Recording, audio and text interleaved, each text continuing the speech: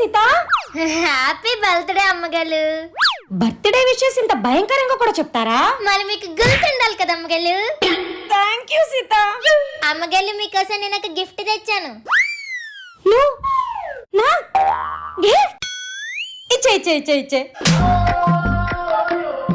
మీరు చాలా సార్లు ఈ సీత వల్ల నాకు తలనొప్పి వచ్చేస్తుందని అన్నారు కదా అమ్మగారు. ప్రాబ్లం నా వల్ల వచ్చింది కాబట్టి పరిష్కారం కూడా నేనే తెచ్చాను.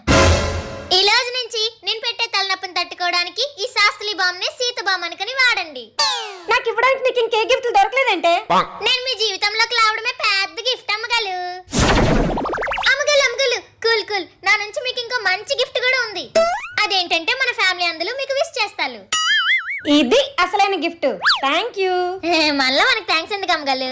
నేను చెప్పింది నీకు కాదు, మన వాళ్ళకి. Thank you.